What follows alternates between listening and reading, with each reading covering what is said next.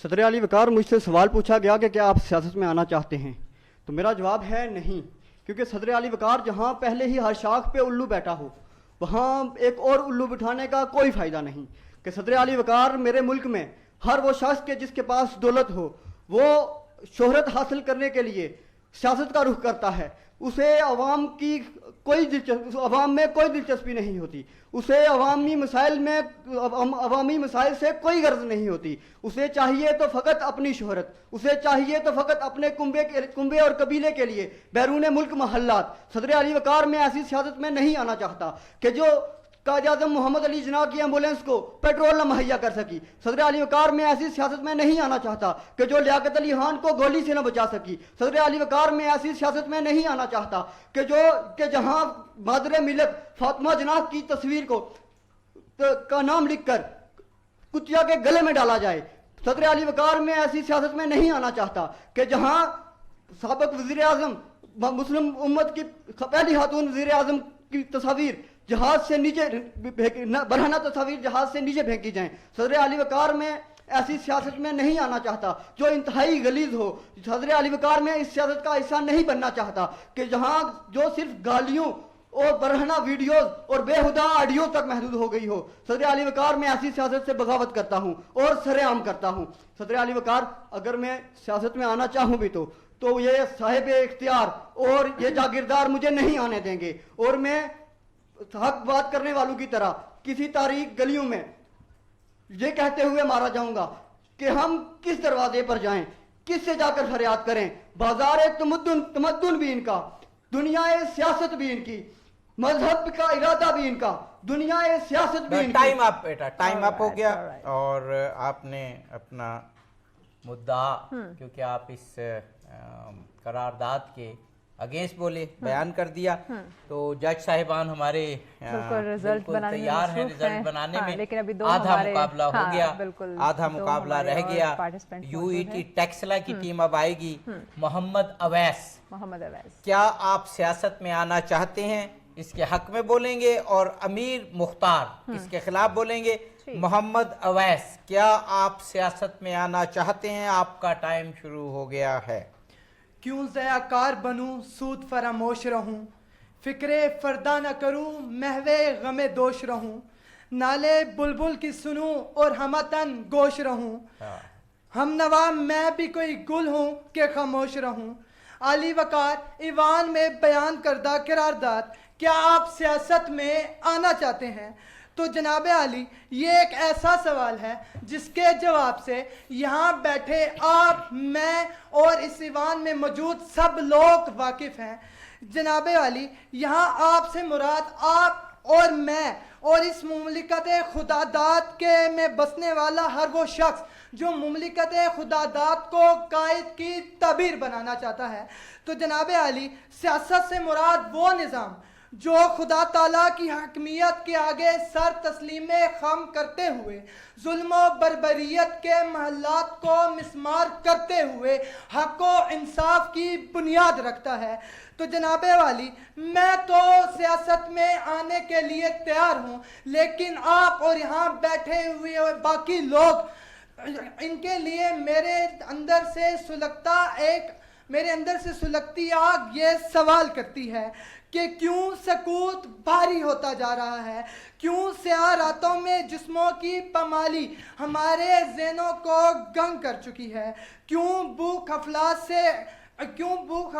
اس قدر غالب آ چکے ہیں کہ اگر اس کا شکار بنت ہوا بنے تو اس کی بھوک اس کے لیے وبال جان بن جاتی ہیں، اور اگر اس کا شکار ابن آدم بنے تو کفالت کا بوجھ اسے قابل بنا دیتا ہے. تو جناب عالی دیکھو تو ذرا محلوں کے پردوں کو اٹھا کر شمشیر و سنا رکھی ہے طاقوں پہ سجا کر. Time up. شاباش بیٹا شاباش. اور یہ ہماری یو ای ٹی ٹیکسلا کی ٹیم. اور اب اس کے دوسرے پارٹیسپینٹ امیر مختار اس قرارداد کے اس موضوع کے اگینسٹ بولیں گے. کیا آپ سیاست میں آنا چاہتے ہیں؟ امیر مختار آپ کا ٹائم شروع ہوتا ہے اب. دنیا جدھر گئی ہے ادھر جانا چاہیے، ہم کو بھی سوئے گردے سفر جانا چاہیے. وہ تھی جن کے پاس مشعل راہ جنوں وہ شخص لوگوں سے پوچھتے ہیں کدھر جانا چاہیے. صدر ذی وقار میرا موضوع کیا مجھے سیاست میں آنا چاہیے کی بھرپور مخالفت کرتا ہے. صدر ذی وقار زیر بحث کردار میں سے مراد آپ، میں اور پاکستان کے باعزت شہری ہیں، جبکہ سیاست سے مراد کسی بھی قوم کی حکمرانی اور اس سے وابستہ سرگرمیاں ہیں. صدر ذی وقار تو میں اس نتائج پہ پہنچا کہ میں ہرگز سیاست میں نہیں آؤں گا، کیونکہ سیاست میں آنا اس بات کی دلیل ہے کہ کسی خاص سیاسی نظریے کی عکاسی کی جا رہی ہے، جس سے انسانی سوچ مبہم ہو جاتی ہے، اور انسانی سوچ مبہم ہونے کے ساتھ ساتھ لوگ اشتعال انگیزی پر اتر آتے ہیں. صدر ذی وقار میں کیوں کر سیاست میں شمولیت اختیار کروں جب سیاست میں آنے کے لیے وقت کا ضیاع، پیسے کا ضیاع کیا جاتا ہے، اور اس کے ساتھ ساتھ ان غیر اخلاقی لوگوں سے مدد بھی مانگی جاتی ہے جو کہ مدد کرنے میں بھی اپنی حضر محسوس کرتے ہیں. جناب والا، میں کیوں کر اس گھنونے کام میں شرکت اختیار کروں، کیونکہ ڈاکٹر عبد القدیر خان کو پس زندہ میں ڈالنے والا کون ہے؟ وہ سیاستدان ہی تو ہیں. خزانے خالی کرنے والے کون ہیں؟ وہ سیاستدان ہی تو ہیں. یہ برآمدات اور درآمدات کے نام کی آڑ میں لوگوں سے پیسے بٹولنے والے اور ملک کو لوٹنے والے کون ہیں؟ وہ یہ سیاستدان ہی تو ہیں. جناب والا، میں اس بات پہ یہ ایک اعتراض کرنا چاہتا ہوں کہ یہ اس ٹائم اپ بیٹا، ٹائم اپ ہو گیا. ہماری دونوں ٹیموں نے ریزلٹس تو دیں گے ہمارے ججز صاحبان، جناب سید سجاد شیرازی صاحب، محمد ادریس چیمہ صاحب، لیکن آج میرے خیال سے معیار بہت اچھا رہا، بہت زبردست. اچھا آج مقابلہ جو نا ابھی سب بہت زبردست مقابلہ سخت ہے. نمل یونیورسٹی اور یو ای ٹی ٹیکسلا دونوں ہمارے ملک کے قابل فخر ادارے ہیں، اور دونوں کے پارٹیسپینٹس نے ثابت کیا کہ واقعی ان یونیورسٹیز میں بڑا فوکس ہو کے اچھا یہ اب جیسے اسٹوڈنٹ کے اندر بھی ہے خود جذبہ بھی اس چیز کا ہونا چاہیے. چیمہ صاحب رزلٹ ریڈی ہے؟ بالکل ریڈی ہے جی. زبردست. آج کا مقابلہ موجودہ سیاسی منظرنامے میں ایک اچھے سوال پہ بحث بہت اچھا لگا، اور تمام شرکاء نے بہت عمدہ انداز سے اپنے دلائل دیے. اول پوزیشن میں انفرادی حیثیت سے رہے Muhammad Awais U E T Taxila. Muhammad Awais ماشاءاللہ ماشاءاللہ، Muhammad Awais U E T Taxila انفرادی مقابلے میں یہ اول رہے. دوسرے نمبر پر یو ای ٹی ٹیکسلا کے ہی امیر مختار، اور ٹیم بتا دیجیے صرف 1-2 نمبر سے. اچھا ویری گڈ. اسی طرح تیسرے ونر رہے احسن لیاقت، اور چوتھے ونر سہیب سلیمان. یعنی ونر آپ سب کو کہہ رہے ہیں. سب ونر ہے جی ونر. ماشاءاللہ. اور بحثیت team U E T Taxila نے پہلی پوزیشن حاصل کی. کیا بات ہے، کیا بات ہے. اور آپ نے 71 نمبر حاصل کیے. یو ای ٹی ٹیکسلا نے پہلی پوزیشن، اور دوسری پوزیشن پہ رہے نمل یونیورسٹی. اور انفرادی مقابلوں میں جو آپ نے نام لیا تھا اویس، محمد اویس، اور سیکنڈ پہ امیر مختار. کیا بات ہے. کیا سجاد صاحب کیا کہنا چاہیں گے آپ؟ بہت اچھا لگا اس لحاظ سے کہ ہم ہر روز امپروومنٹ کی طرف جا رہے ہیں. یہ میں جج کر رہا ہوں، اور مجھے اپنی کلاس کا ایک واقعہ یاد آ رہا ہے. میں نے اپنی کلاس کے اسٹوڈنٹ سے ایک دن کلاس میں پوچھا کہ بیٹے کون کون سے بچے ہیں جو وزیر اعظم بننا چاہتے ہیں؟ تو کئی بچوں نے ہاتھ کھڑا کیا کیونکہ بڑا نام ہے. ایک بچہ جو میری فرنٹ رو میں بیٹھا تھا اور حافظ قرآن بھی تھا، اس سے میں نے پوچھا کہ آپ کا کیا خیال ہے؟ کہتا ہے سر میں نہیں بننا چاہتا. اچھا. میں نے پوچھا کیوں؟ کہتا ہے سر گالیاں بہت پڑتی ہیں.